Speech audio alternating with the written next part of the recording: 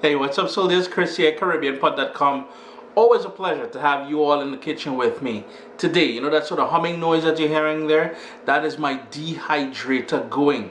We are making, for the first time on the channel, and probably the first time on YouTube, dehydrated Scotch bonnet peppers. Now you're probably wondering, Chris, what am I going to do with that? Well, here's the thing. Dehydrated means you're going to have peppers all year long. Whenever it comes on sale, buy dehydrated. Boom, you're good to go. But in a follow-up video, I have two videos coming up. One, I'm going to show you how to make Scotch bonnet powder. So when you want to make that fried chicken and you want to give it that sort of spicy element, boom, boom, you sprinkle, sprinkle. And then I'm going to show you how to make Scotch bonnet pepper flakes. That is video 3 in the series. And you're wondering, well, Chris, what am I going to do with that? Hey, your pasta, your other dishes, when everybody doing the little lame old pepper flakes, you got Caribbean Sunshine pepper flakes. So stay tuned. I know I'm talking a lot, but I'm really excited about this one. Alright? Here I've got an assortment of Scotch bonnet peppers, and what I did was I went ahead and I removed the stems, as you can see here, and I washed them, and they've been air drying for the past little while. What we're going to do is we're going to cut them in half, as I'll show you here. Now remember, you may want to wear gloves and to wash your hands with soap and water immediately after. And the reason why we're cutting them in half is so that they will dehydrate faster. I am leaving all of the seeds in that white membrane there because these are Caribbean Sunshine. Scotch bonnet pepper, you want that heat, so we're not trying to cheat ourselves of that delicious heat there. So I'm just going to go ahead and cut all of those up. As I said, if you want to cut them up into quarters, you can certainly do that, but I don't think there's much need for doing so. The other thing you will notice, I have a combination of green and red and yellows and stuff like that. The green ones just means they're not fully matured yet, but the flavor from those is totally different than the mature peppers. So I would suggest doing that sort of mixture. Like this one here, it's about to go fully ripe. After chopping them up in half, my dehydrator has 4 racks. So what I'm doing, I'm dividing it equally onto those 4 racks. Now I'm doing this indoor only because it's winter. It's very cold outside. I cannot do it in my garage. The dehydrator won't work optimal.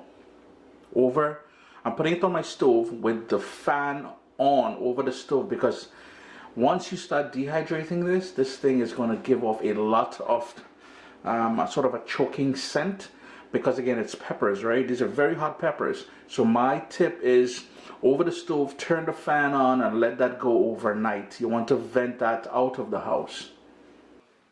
I did run into one small problem. Because of the height of some of these peppers, I am only using 2 trays. So while it may seem a bit packed later on, while it dehydrates, what I'm going to do is shift them around a little bit so there's more air movement. And the beauty about using the 2 trays instead of the 4 trays is, yes, you do get better air movement. So that's going to go in there. My stove, the fan is just here. That fan is going to go on, and we're going to set it and allow it to do its thing. Now, as far as setting it, I'm going to go at 145, so 145 degrees Fahrenheit. Couple housekeeping tips while we move through this. At the 8-hour mark, what I did was I flipped it around. So this tray here, this side here was to the back, so I flipped it around because I know that is the way how this food dehydrator works. The back tends to dehydrate faster. The second thing I'm gonna ask you guys to do is, see these ones? They're all dehydrated and nice now. So what I'm gonna do, I'm gonna remove those and move these and open it up a bit more, because these are still soft. So you want to play around with it a little bit. Remember to wear gloves, and the same thing in the front here. These ones are all done. You can hear it's all done. So I'm going to put them aside on a plate and allow them to cool down and allow the rest of it to keep going. 15 hours later. Yep, it took 15 hours. Remember, I told you guys you got to keep maneuvering it from the back to the front and keep moving them around. But this is what we're left here with: dehydrated Scotch bonnet peppers. What you can do here now is keep them in an airtight container, and you've got dehydrated peppers, some of the most hot peppers in the world. Now remember I said if you watch, I have 2 more videos coming up. One showing you how to make a dust or a powder with it, and one showing you how to make pepper flakes with it. So friends, thank you so much for joining us in the kitchen as usual. Dehydrated Scotch bonnet peppers. You saw it first here on YouTube. Chris and his shenanigans.